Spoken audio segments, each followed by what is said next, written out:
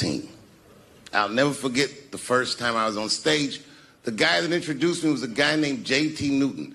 I'm 47. I can close my eyes and remember the introduction like it was yesterday. It went like this.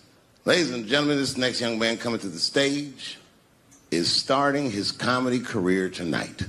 Who knows? We may be witnessing the birth of a star. Please welcome Dave Chappelle.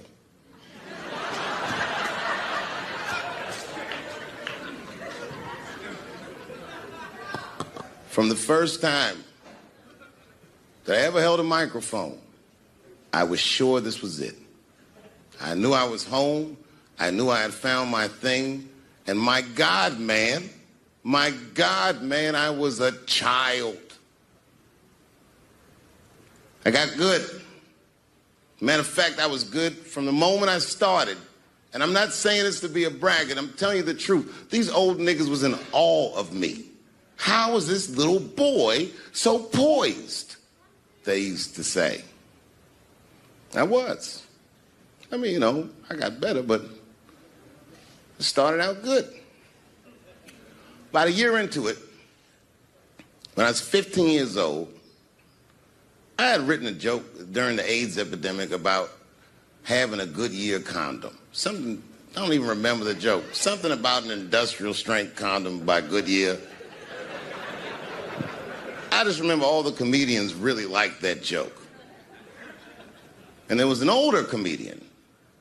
And he came to me one night after the show, after he saw the joke, and he said, listen, I got an audition at another comedy club, and I was wondering, do you mind if I do that joke? I just want to borrow it. Now, I'm a kid. I don't know any better. I'm like, borrow it? Well, I guess, sure, if it'll help your career.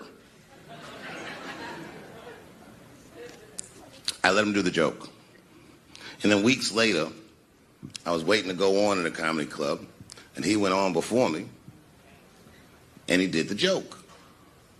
And after the show, I pulled him aside, and I said, hey, man, I don't mind you borrowing my jokes, but you got to give them back.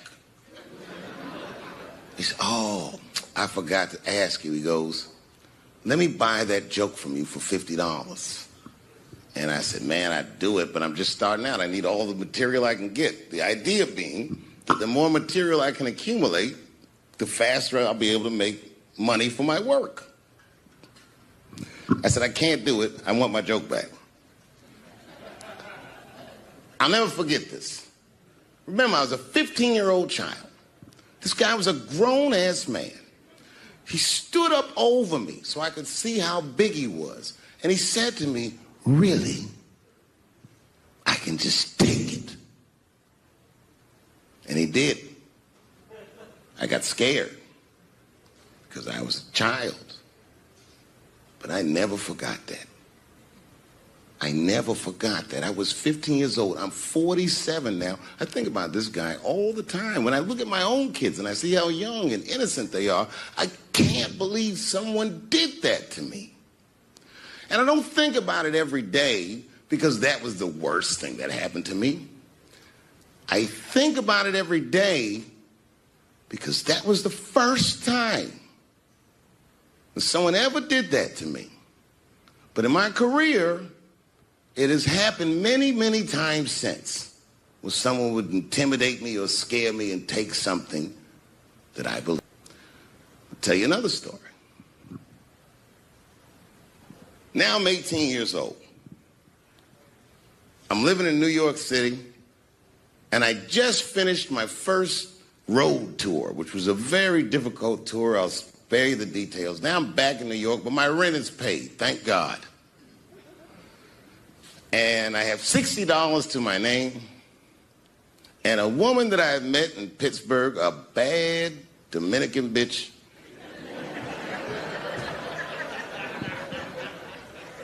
was coming to New York. She was going to spend the weekend with me.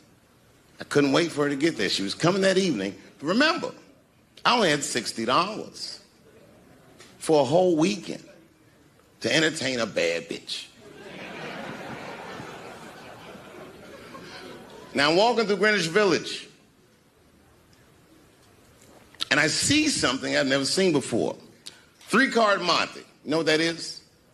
Yeah, the guy had the whole thing. The table was set up, and he had the 3 cards, and the crowd was hooting and hollering, and he was like, find the red card, and people were playing. Sometimes they win, sometimes they lose, but it was really exciting, and I'm standing there watching it, and I noticed while I'm watching them play this game that the red card, the one you're trying to find, had just a little bend on the corner. And I'm watching it, and I'm like, yo, this guy doesn't seem to know that red card is bent. I'm going to beat this motherfucker. And I walked up to the table, and I said, let me play a hand. And I put my last $60 on that table, and he starts to shuffle and find the red card, find the red card. And I kept watching that bent card go around the table, make sure I kept my eyes on that bent card. And when he stopped shuffling, and he said, find the red card, I pointed to it with confidence. Here it is right here. And he flipped it over, and it was black. And he took my money. I couldn't fucking believe that. How did this nigga do that? Was that magic or sorcery? I was confused. So you know what I did? I sat there and I watched him for a real long time play the game. And I realized that all those people who was doing all that hooting and hollering and betting, my God, they were his friends. They were in on the whole thing. I felt so wronged. I felt so stupid. And then the next sucker came up to the table and was about to put his money down. And I said, fuck that, man. Don't put your money there. All these niggas is in on it. It's a trick. And when I said that, the guy that was dealing, and this motherfucker was huge, snatched me up by my collar. Feel how strong he was when he grabbed me. I was a skinny little guy. And he was gonna maul me. And the only reason he didn't, I'm sure, is because he saw the fear in my face. And that fear, he looked at me. I saw his eyes go from hard to soft. He softened. Then he looked at me like the way a father would look at a child. And he said to me, young man, don't ever come between a man and his meal. I never forgot that either. Most niggas would have to run the streets for years to learn a lesson that profound. It took me 2 seconds. Never get between somebody and their paper. Taking a man's livelihood away from him is akin to killing him. Do you know why Prince, the famous rock star that was a friend of mine, do you know why he called himself the artist when he came back? He calls himself the artist because that's what they call us in our contracts. Oh, these contracts are crazy. You should hear the terminology they say in these contracts. To use your name and likeness in perpetuity throughout the universe. Who the fuck could possibly know what that means? Nobody does. It's so complicated, in fact, that when you're a kid like me, you have to hire somebody to tell you what that means. And you sit down at a table and you do the contract game. And that's how I got with Comedy Central. I signed the contract. But I signed the contract the way that a 28-year-old expectant father that was broke signs a contract. I was desperate. I needed a way out. And it wasn't good money and it wasn't good circumstances. But what else am I going to do, I said. And all these white people sitting at that table told me, trust us, Dave, it's a good contract. And I looked around the table and they all seemed to agree it was a good contract. But what if it was like that game of 3-Card Monte?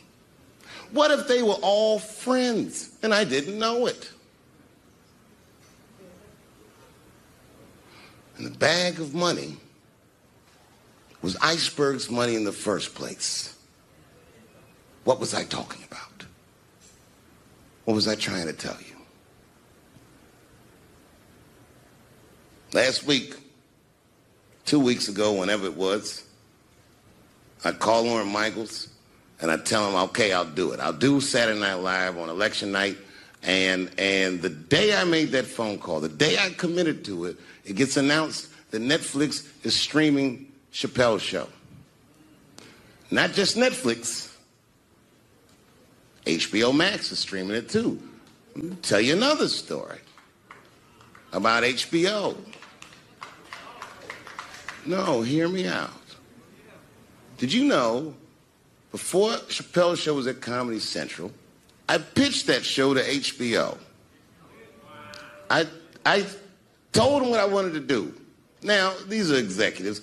All they have to do is say, yeah, we'll take it, or no, thank you, we won't. But they didn't say either of those things. They went too far. They said, literally, what do we need you for? That's what they told me, as they kicked me out of the office. What do we need you for? And here we are, all these years later, and they're streaming the very show that I was pitching to them. So I'm asking them, what do you need me for?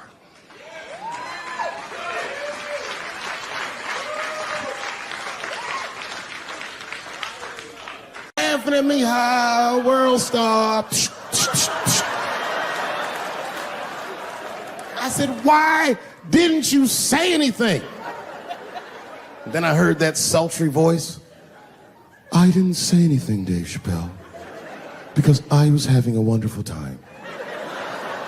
And I wasn't sure how you'd feel about it. I said, you knew how I'd feel.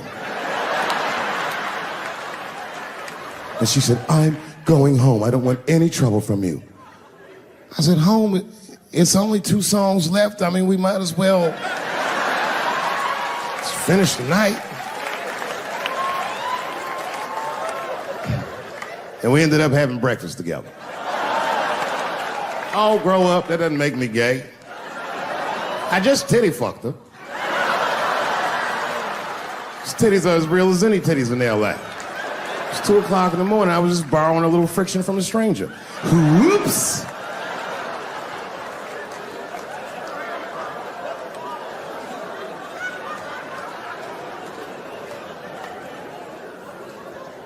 It's the madness of youth. It's the types of mistakes that a man makes when he's young. I wouldn't even know that it's necessarily a mistake. It was a wild night out. But I don't do it like that anymore. I'm old. I'm 44 now. Thanks. It's the first time in my life I've ever started to physically feel my age. It's tough, man. You know how I know I'm getting old? This is embarrassing, but I was in my hotel room. I'm not gonna lie, I was jerking off, and I was really sweating it out. And this is when I knew I was old. I just gave up in the middle, nothing even happened.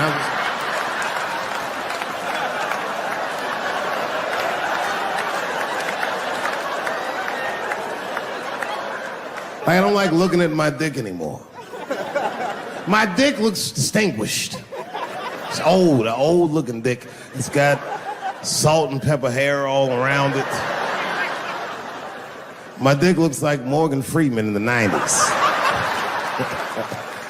Without the dots. My dick narrates.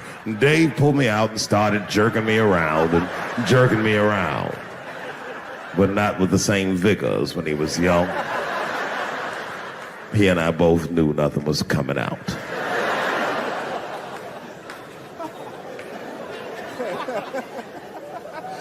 I see my age in my children. I came home from the road. This is not long ago. I've been gone for, if you can picture, I was gone for weeks and weeks. And when I came back, nobody was home. Now, one person in my family thought that maybe I'd like to see them when I got back. They knew when I was coming back, but they just weren't home. And that shit was a wake-up call. You know, when my kids were little and the tour bus would pull up to the house, these motherfuckers would spill out. Dad is home, hooray! And they'd hug me and kiss me, and then as the years went on, they'd get less interested. Hey, everybody, look, it's Mr. Promises back from the road.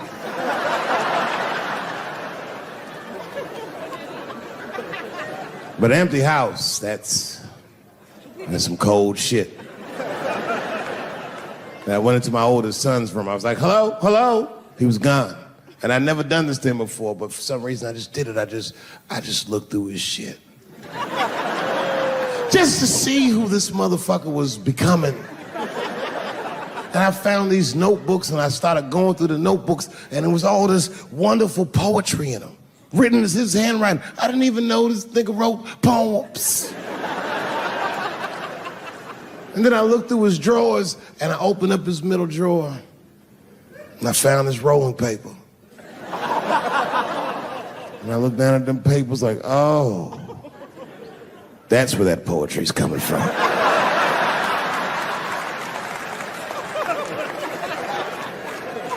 And that shit broke my heart. I mean, I smoked weed, but I mourned my son's innocence. And I cried a little bit. And I took his papers upstairs to my room. Rolled some weed that I'd hid from the family. And I got really high. And then I got paranoid, so I put his papers back how I found them. So he wouldn't know what I was up to. This nigga won't even know that happened until he sees the special. Yeah, nigga, I found your papers. He's a cold motherfucker. Let me tell you, this kid is only 16 years old. Listen to what he did to me. This motherfucker calls me up in the middle of the night. It was 1 o'clock in the morning. He goes, Dad, don't be mad. I knew something was terribly wrong. I said, what's going on? He said, listen, I'm fine. And don't forget, you told me to do this. I'm at a party, and my designated driver had too much to drink. And me and my friends need you to come pick us up. I said, Jesus Christ, it's 1 o'clock in the morning, nigga. I am shit-faced.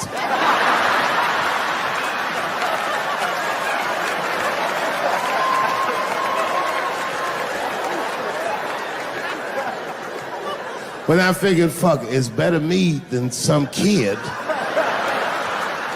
I might as well roll the dice and go pick my nigga up. I said, all right, I'm coming to get you. Just give me the address and I'll be right there. And then he gave me the address and I was shocked. I said, son, you are not gonna believe this, but I'm at the same party, nigga.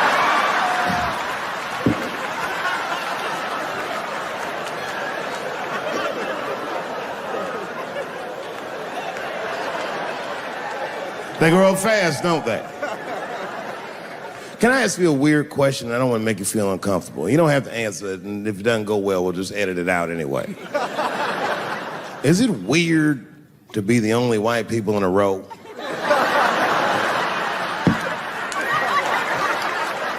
Is it weird? I mean, you can be honest. Does it feel strange? Are you worried at all? Give me your money, motherfucker. I'm just fucking around. I was gonna say. This guy got ice in his veins. He didn't even buckle. You know, like many black men my age, the first time I voted was 8 years ago. Right. I saw Obama on TV. I said, oh, I'm voting for this nigga. I remember the day I voted for Obama. I voted in Ohio, and my vote matters in Ohio. Ohio is a battleground state. But when I pulled up to the polls, all the soldiers were in line. There was so many black people in that goddamn line, I didn't even know it was a polls. I thought it was a check cashing place.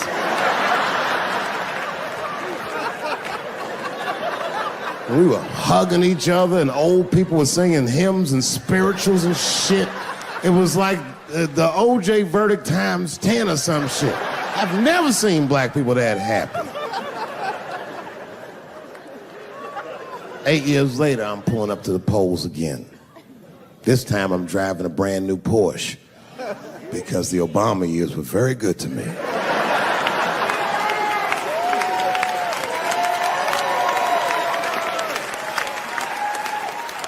I was early voting, and when I parked my car, I figured out something that it would take the rest of the country another week to figure out. I understood that Donald Trump was going to be our next president because in Ohio, unlike DC, you could see the results in the parking lot. It's all these goddamn pickup trucks and tractors and shit.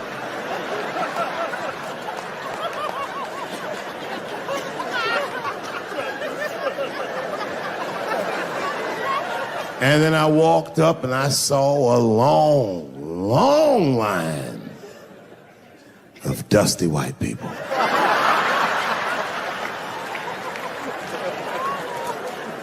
Yes, ladies and gentlemen, these were the poor whites. I must tell you, I've never had a problem with white people ever in my life. But full disclosure, the poor whites are my least favorites. We've gotten a lot of trouble out of them. And I'd never seen so many of them up close. I looked them right in their coal-smeared faces. And to my surprise, you know what I didn't see?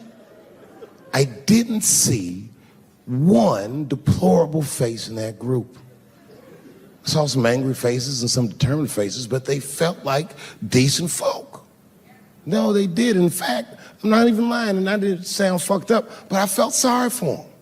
I know the game now. I know that rich white people call poor white people trash. And the only reason I know that is because I made so much money last year, the rich whites told me they say it at a cocktail party.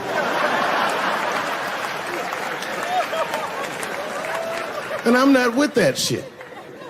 And I stood with them in line like all of us Americans are required to do in a democracy. Nobody skips the line to vote.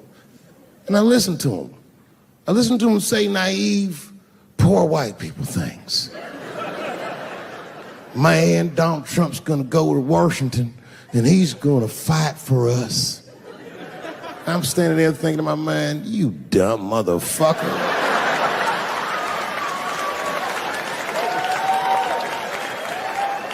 You are poor. He's fighting for me.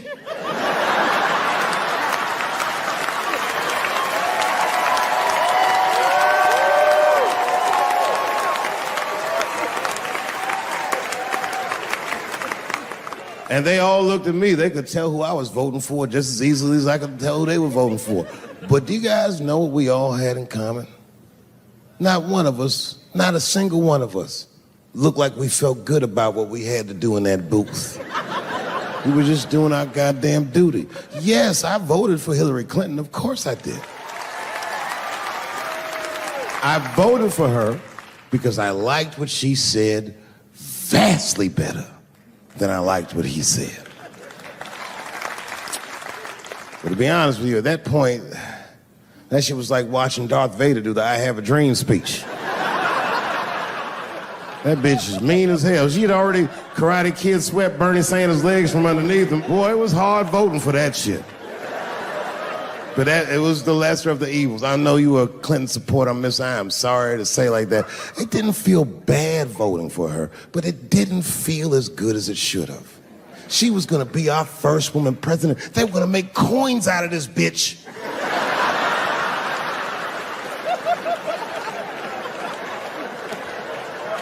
And somehow she just missed the dunk. Of course she should have beat him. Of course she should have beat him. You know what voting for her felt like? It was bittersweet. It felt like I was lucky enough to eat Halle Berry's pussy. And whilst I was doing so, she fucking farted in my face, man.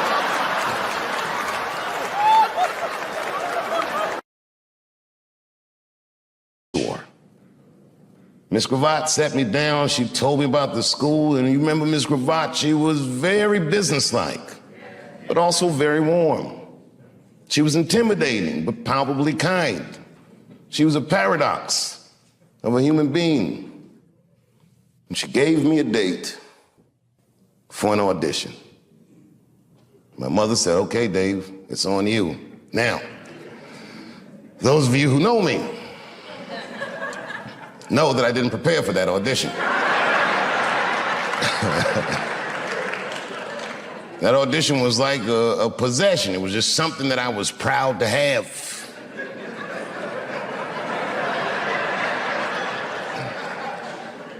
But as the days got closer, I'm like, oh my God, I gotta get something together. I didn't even know how to do an audition. I'd never done it before. So I went, I said, what do I need? They said a monologue. So I looked up monologue.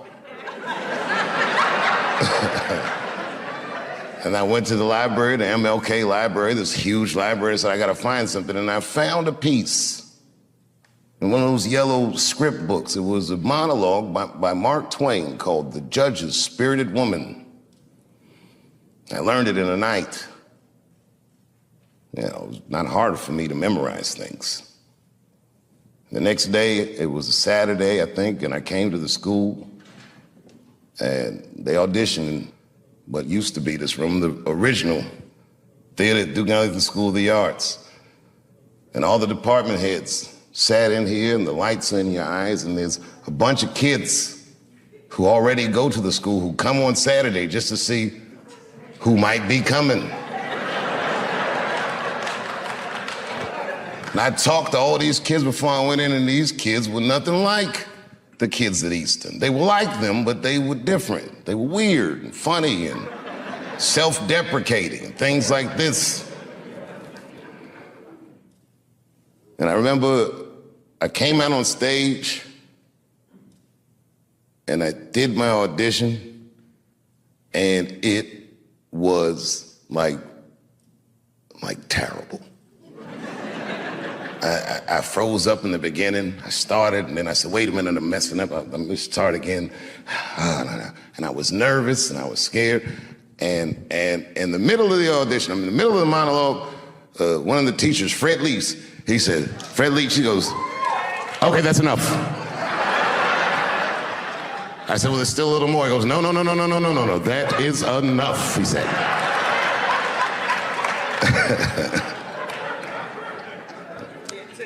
And I can't tell you, like, I was crushed. Without saying his disapproval, I knew it stunk. And I was right. When I walked in here, I knew I wasn't good enough to go to this school. And I thought to myself, fuck this school, that's stupid anyway.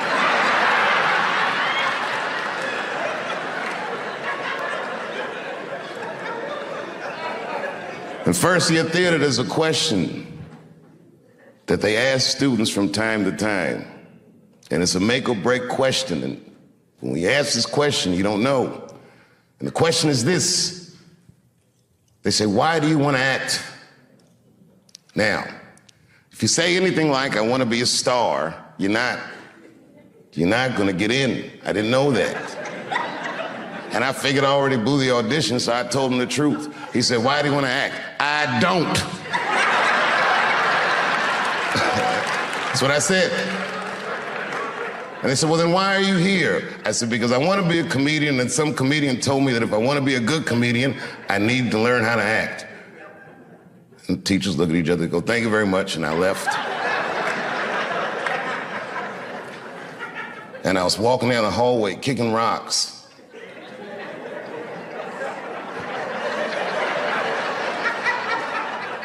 There was a kid that already went here. His name was Aiko Handy. And Aiko said, hey, man, I listened to him talking about you. I said, you did? He said, you're in. I said, what? He said, you're in. Well, it didn't make any sense. Somehow we were...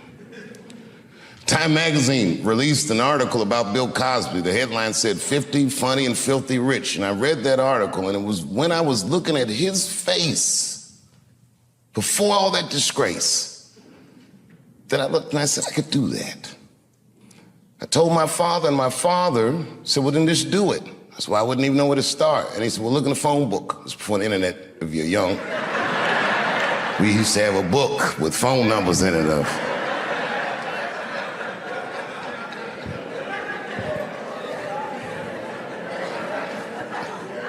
My father found for me the local comedy club in Washington, D.C. I called him. I found out when open mic night was, and I started to go there on Tuesday nights, just watch. And then one night I went on a weekend. I would get my money together, and I would go to this comedy club, and I would just watch these comedians. And sometimes they would talk to me. And I told one of the comedians after a show one night, I said, man, I really want to try to do this. And he said, at an improv class, a teacher named Geraldine Gilstrap told me that I should stop doing funny pieces, that I should try to stretch myself artistically, that maybe I had more in me than comedy. And at the time, I took offense to that. So because she said that, after school that very night, I went to the comedy club. For the first time, I signed the list, and I waited, and I got on, and I killed it. Killed it. Must have been 35 years ago, night after night, I killed it. I'd show up with a bag of tricks that I learned at school, and I would dominate adults on a regular basis. Couldn't wait to get out of DC. When I was 17, I moved to New York and lit that comedy scene up. I was obviously talented. You'll hear stories about people saying that I discovered Dave Chappelle. It's like saying you discovered sunshine. I was shining on everything. And when I got in that professional world, I was oddly prepared. I had a sense of professionalism. I showed up on time. I did the things that I learned in school to do, just the basics. But my career didn't have any direction because I was still so young. And that didn't change for many years. It didn't change until my girlfriend at the time, now my wife, told me she was pregnant. And I was like, you know what?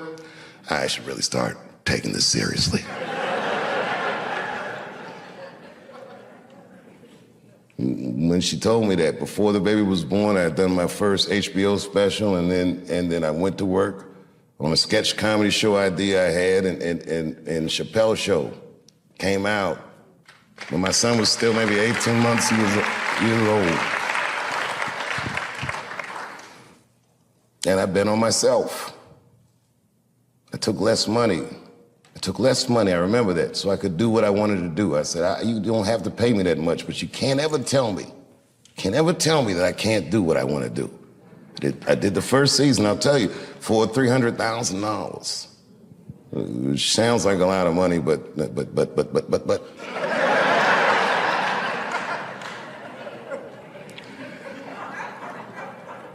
It was a rare experience in my life because it was the first time that I did something that was so successful that I knew I had exceeded their expectations. I was more successful than I felt like I was supposed to be. They didn't plan on that. The second season came out and it was a juggernaut, and then I remember this was the single best day of my career. The Rick James episode of Chappelle Show had come out.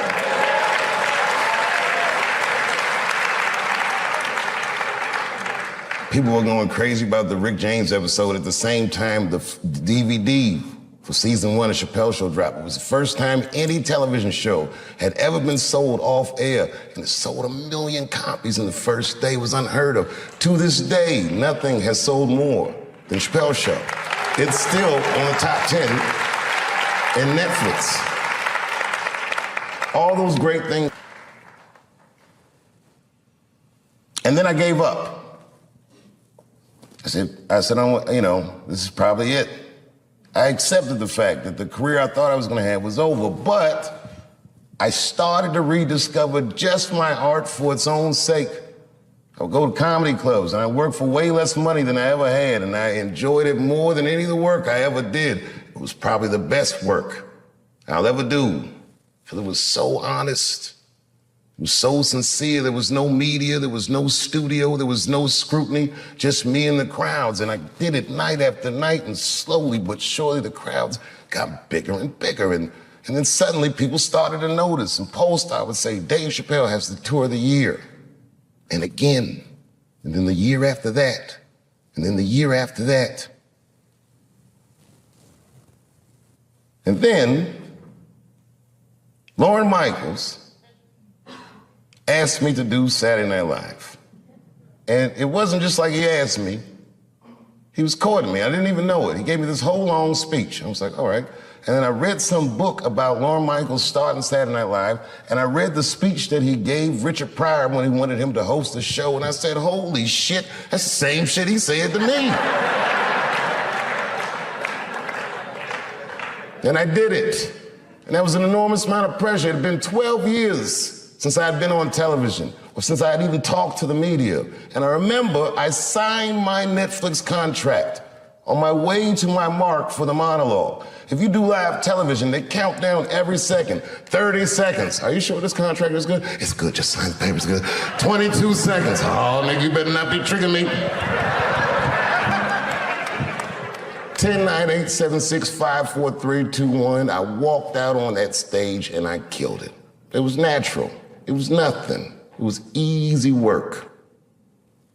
Got an Emmy for that one too. First Emmy I won. And when I walked on the stage, after being in the cold for so long, for the first time when I walked on the stage, I'm like, damn, nigga, I just made $60 million. That's what I thought to myself. It's been great ever since.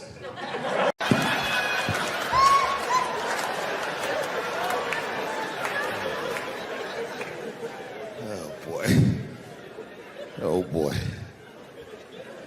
I've been married a long time. I have, man. You know, I talk a lot of shit about my wife, but I love her very much. In fact, you know, you guys wouldn't believe this about me. I'm a jealous husband. It's true. Yeah, let me tell you something. One time I thought my wife was cheating on me. Yes, nigga, yes. That was one of the worst days of my fucking life. I couldn't take it. And I'm embarrassed about it now, but I can talk about it. You know what I did? It's fucked up, but I did do this. I waited. I waited for her to fall asleep. And when I waited a long time, she's Asian. I couldn't tell if she was asleep or not. I was looking at her.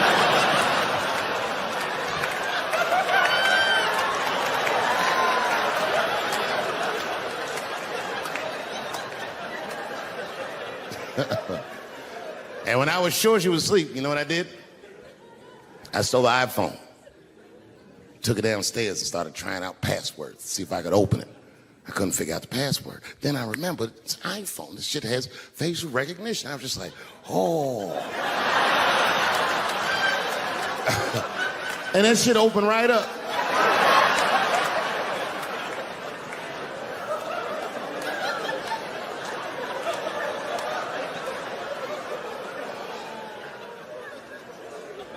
And I saw a text message in there from a fella named Earl. I don't know anybody named Earl.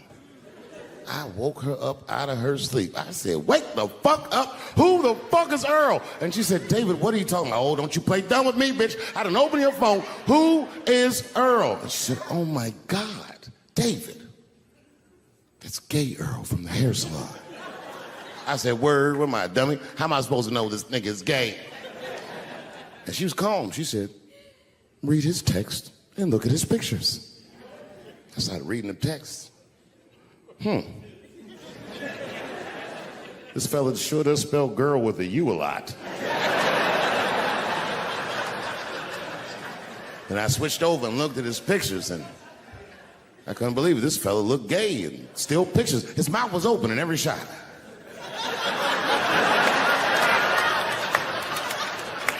And then I knew she was telling the truth. And then I felt like dumb. I said, I'm sorry. I'm sorry. Okay, I'm sorry. Here, take your phone. I'm sorry, just go back to sleep. I'm sorry, I guess I just been insecure because all this cheating I've been doing. Good night.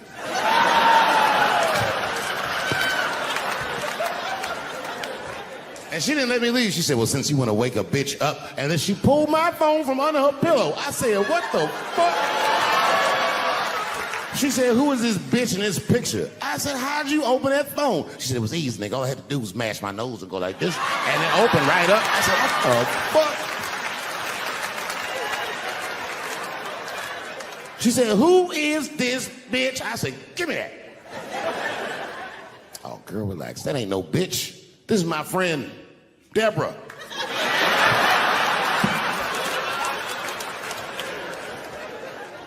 I'm gonna close the night with a long story. Do you mind? No.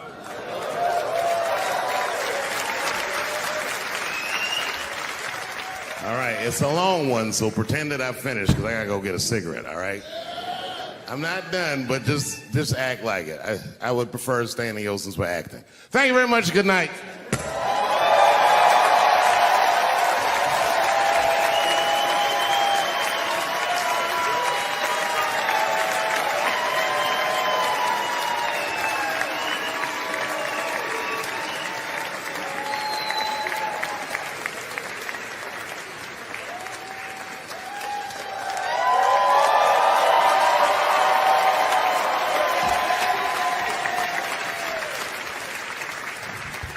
Thanks for not giving me a standing O, motherfuckers. This is the worst.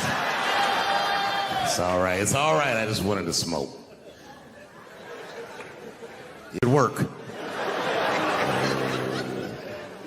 My wife hates that joke. You know, do you know this strip club in D.C. called Camelot?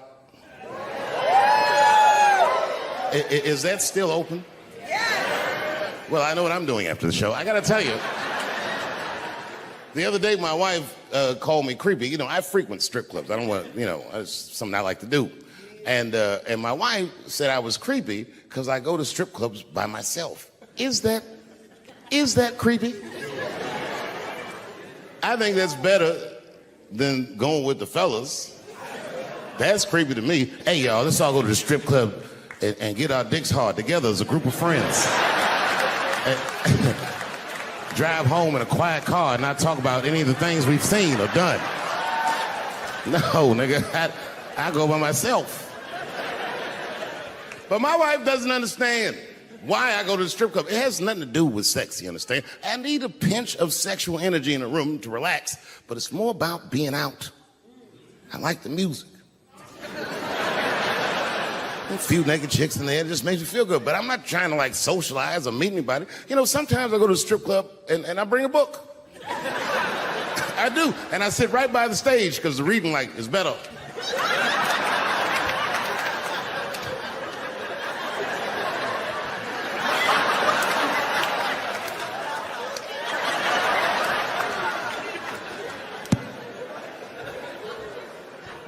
One time I went to a strip club, and this is weird. I don't know why. The stripper, for some reason, told me her real name. I know, so I left. She didn't understand. She was like, "Where are you going?" I was like, "Good night, Deborah."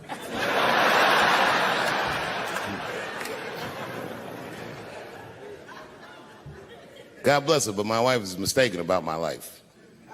She told me once she thinks my job is fun. My job is a job. I'm fun. No, you know what though? It's not funny because after all that madness ensued, I went to the hotel room. I was by myself and I opened the door and my wife was in there alone. She was sobbing, like sobbing. I said, "Oh my God, what's wrong with you, bitch? Did you get attacked too?"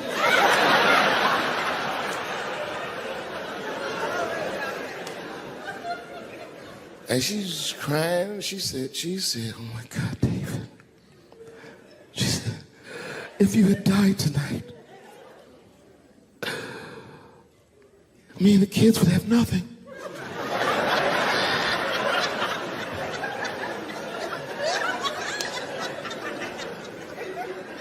Then I knew it was serious. So I sat down on the bed next to her. And I reached in my pocket, I pulled some keys out that she had never seen before. She said, "What are those keys?" And I gently placed them in her hands. I said, "Sweetheart, those are the keys to my safe deposit box. God forbid anything ever happen to me. But if it does, don't even worry about it. You and the kids have everything you need in that box. I've already taken care of it." And she was looking at them keys. And I could see her mind realize what we were actually talking about. And then she just started crying harder. And to be honest with you, that made me cry a little bit too. And we hugged each other real tight.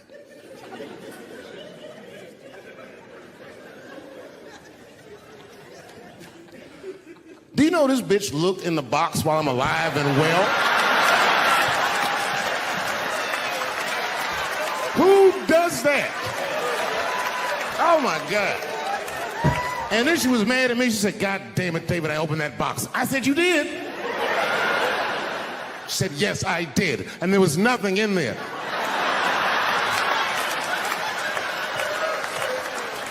I said, nothing? Oh. She said, nothing except your stupid joke book. I said, whoosh. I said, well, sweetie, look. If you tell those jokes exactly how they're written, you and the kids should be fine. They're really good jokes.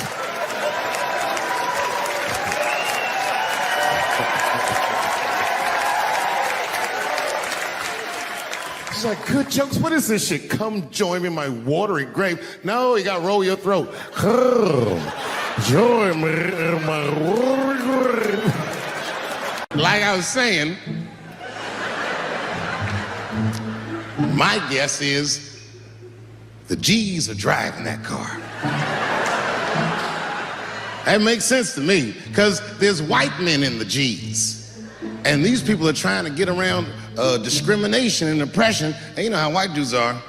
We know these roads. In fact, we built these roads. So the G's are just driving the car.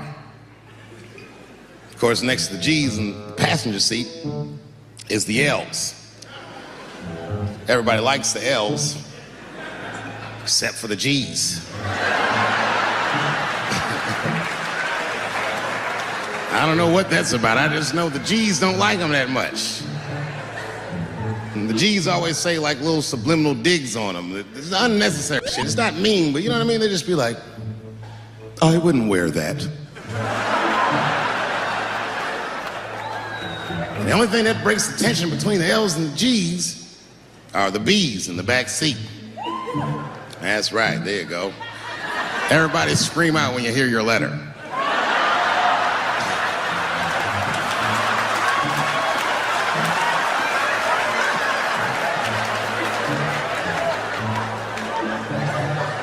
If it's one thing that the L's and the G's agree on, is that the B's are fucking gross. They seem greedy to the L's and the G's, you know what I mean? They're just sitting in the back seat like, yeah, man, I'll fuck anybody in this car. What's going on, man?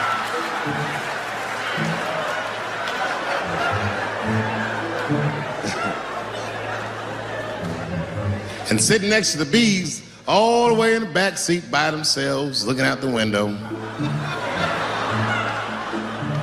That's the T's. Everybody in the car respects the T's, but everyone also resents the T's.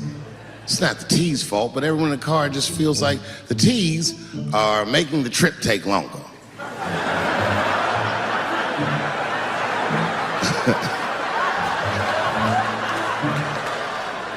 Anything the T's say gets on everybody's nerves. And then the T's don't even say anything bad. They just be in the back talking to themselves. I'm hot. Shut up. Shut the up, okay? What? Just said I was hot. Can you pull over at the next exit? I need to use the restroom. There is not a restroom for you for 4 states. Will you just shut the fuck up so we can get where we're going?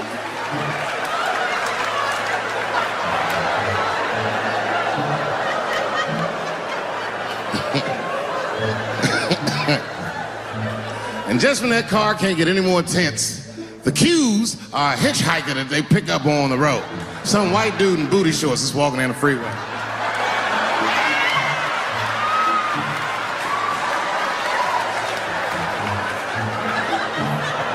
The G's see him. That guy might be one of us. Hey, are you okay? You need some help? And he come over there with them booty shorts leaning on the window. Hey, what's going on, fellas? Lady? Whatever pronoun makes you feel comfortable in the back. Yeah. I don't really know where I'm going. I don't know if I'm gay or I'm straight or whatever. All I know for sure is that really want to get in this car.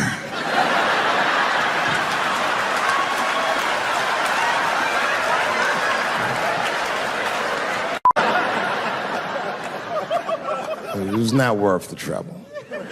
Now I walk into the barber shop and all them black people just be looking at me like, yo, Dave, what's up with your boy? Yo, nigga, yo! Not my boy.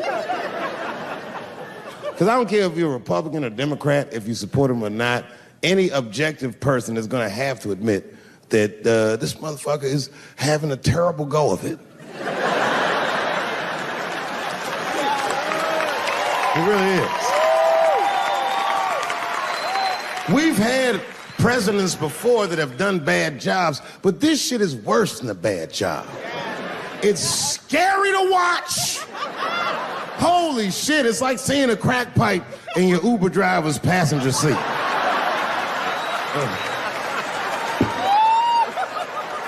The fuck is wrong with this guy? Yo, he is lunching, nigga. I watched Donald Trump in a press conference, and this motherfucker had all the media gathered, and this nigga literally asked the media to their face to stop finding shit out. I was like, yo, this motherfucker is bugging. And then, I'm not even making this up, his lips started sweating. His lips.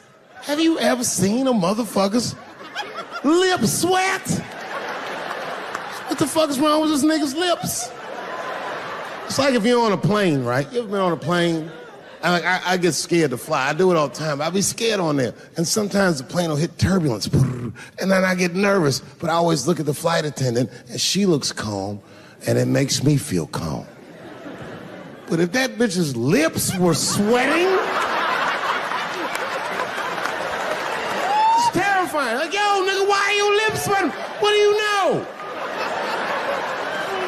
And then, I'm not even making this shit up. This motherfucker grabbed the podium, he goes, you don't know how scary the things I read in my briefings are. And I was like, holy shit, man, you ain't supposed to tell us that, bro.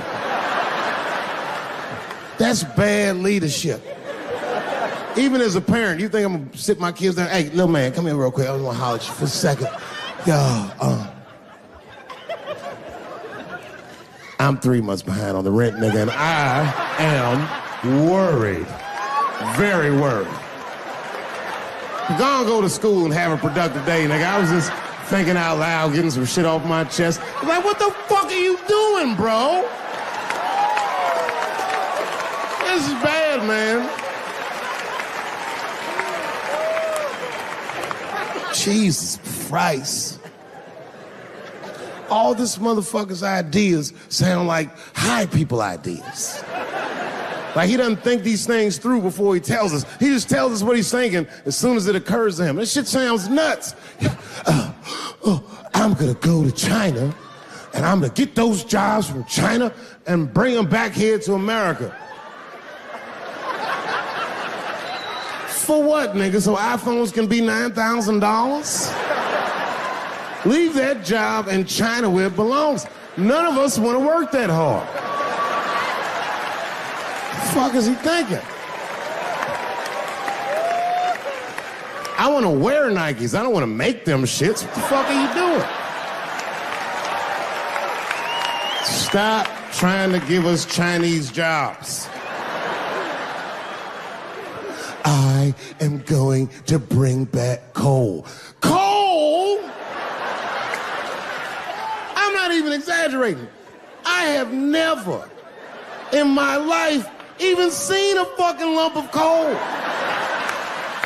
I honestly don't even know what coal is for. If you're gonna have motherfuckers digging around in the dirt looking for shit, find me some truffles, nigga. That's what I'm about. And these truffle prices are getting out of control. If it gets any worse, I'm gonna be back down to regular butter like everybody else. Veins, he didn't even buckle. You know, like many black men my age, the first time I voted was 8 years ago. Right. I saw Obama on TV and said, oh, I'm voting for this nigga. I remember the day I voted for Obama. I voted in Ohio, and my vote matters in Ohio. Ohio is a battleground state, but when I pulled up to the polls, all the soldiers were in line. There were so many black people in that goddamn line, I didn't even know it was a polls. I thought it was a check cashing place.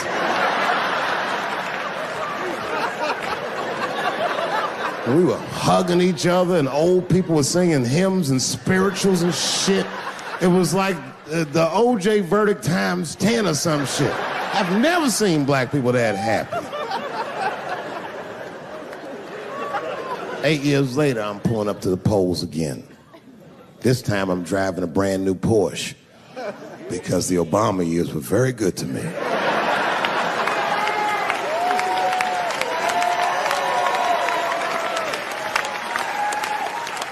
I was early voting, and when I parked my car, I figured out something that it would take the rest of the country another week to figure out. I understood that Donald Trump was going to be our next president because in Ohio, unlike D.C., you could see the results in the parking lot.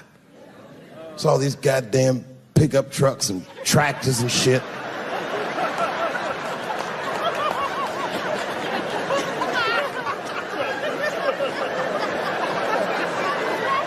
And then I walked up and I saw a long, long line of dusty white people.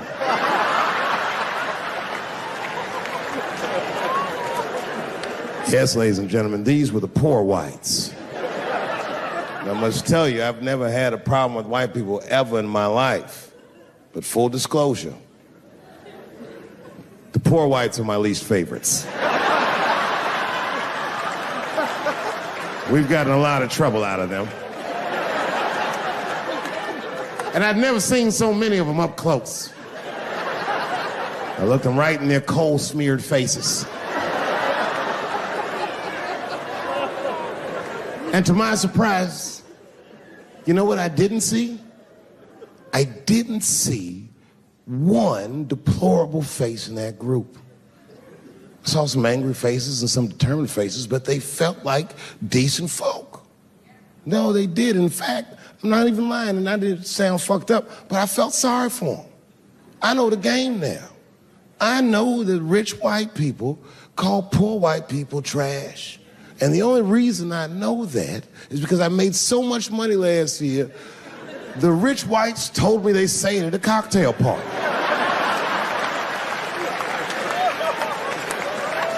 And I'm not with that shit. And I stood with them in line like all of us Americans are required to do in a democracy. Nobody skips the line to vote. And I listened to them. I listened to them say naive, poor white people things. Man, Donald Trump's gonna go to Washington and he's gonna fight for us. I'm standing there thinking in my mind, you dumb motherfucker.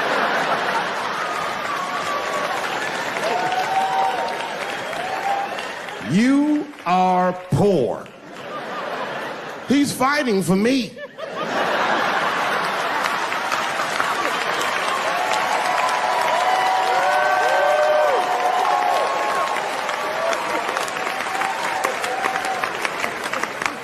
And they all looked at me. They could tell who I was voting for just as easily as I voted that day, and then that same day I flew to New York City. I had work. That night I was in a comedy club in New York, and I said to an audience almost exactly what I just said to you. And I didn't know that there was a journalist in the room. And this journalist wrote an article. The headline of the article said, Dave Chappelle is an avid Donald Trump supporter. Yeah, I had no idea the paper said that. And you know how I found out? My wife called me from Ohio the next morning in a goddamn panic. David, what the fuck is going on in New York? I said, I'm being good, but what have you heard?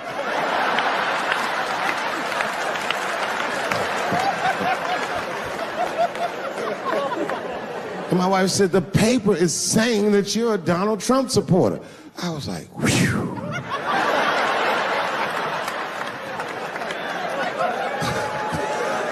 I said, don't worry about that shit, baby. Nobody in their right mind would believe that. And she said, no, David, people believe it. And then she started reading the comments to me. Oh, they were terrible. All these black people calling me all kinds of Uncle Toms and shit. I should tell you, buddy, this is a very serious allegation from one black to another. I was incensed. Uncle Tom! How am I Uncle Tom, nigga? You the one that reads the Observer? Anyway, all this shit goes down. And Saturday night rolls around, and now Trump is the president, and I'm hosting Saturday Night Live.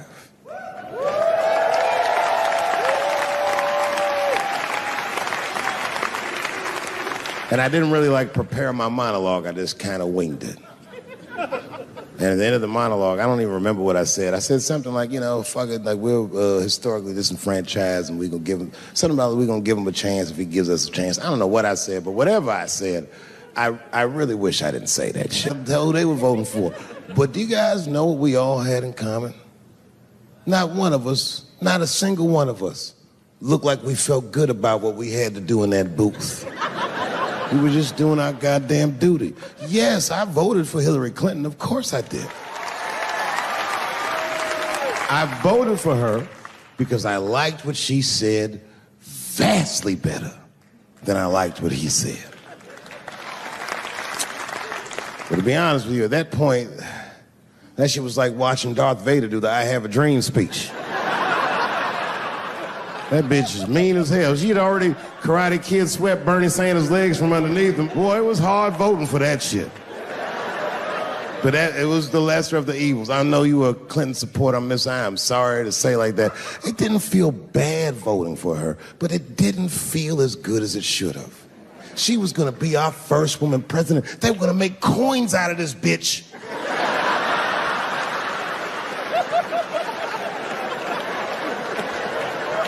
And somehow she just missed the dunk. Of course she should have beat him. Of course she should have beat him. You know what voting for her felt like?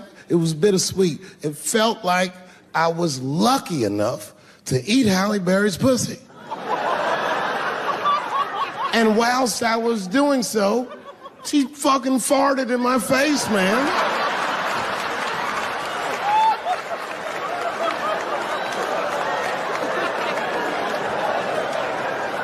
You understand, I'd still do it. But boy, I wish she didn't fart in this great nation's face.